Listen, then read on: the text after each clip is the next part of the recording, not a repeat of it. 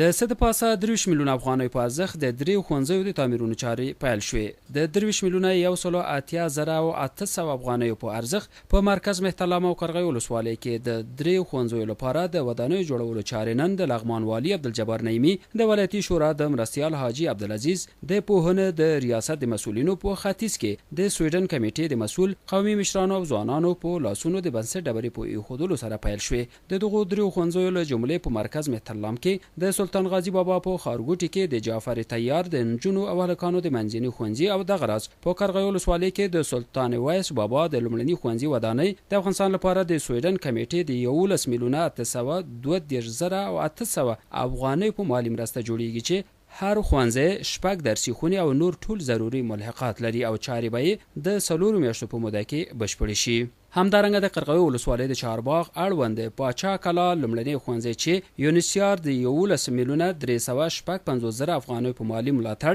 د 15 میاشتو په موده کې جوړیږي، 6 درسي خونې، د ودانۍ احاطه، تشنابونه، د څښاک د اوبو څاه او نور ضروري ملحقات به ولري. لغمان والي عبدالجبار نعیمي د یادو دریو وړو ښوونځیو د بنسټ ډبرې د ایښودو پر مهال ولسونو ته په مبارکي ویلو سربیره دغه ولایت د پوهنې کور او میشت ولس پر هیواد او علم مین ولس یاد کړ او پر ولس یې غږ وکړ چې د لغمان د امنیت په تامین کې همکار شي، ترڅو په دغه ولایت کې د پوهنې نورې ډیوې هم بلې او د بنسټ داسې ډبرې کېښودل شي چې د اوسني او راتلونکو نسلونو ژوند روښانه کړي. ښاغلي نعیمي د سویډن کمیټې او دغه راز له یونیسیار د ادارې له مشرتابه د مننې ترڅنګ زیاته کړه چې په خپل 2 کلن ماموریت کې یې حیاتي او اساسي پروژې پلان کړي چې یو پر بل پسې به یې پلي کړي. نوموړي له خلکو هیله وکړه چې په ټولو ملي بهیرونو کې پراخه ونډه واخلي او د سترو پرمختیایي پروژو په تطبیق کې د ولایتي ادارې ملا ور وتړي، ترڅو ولسونه د هوساینې په فضا کې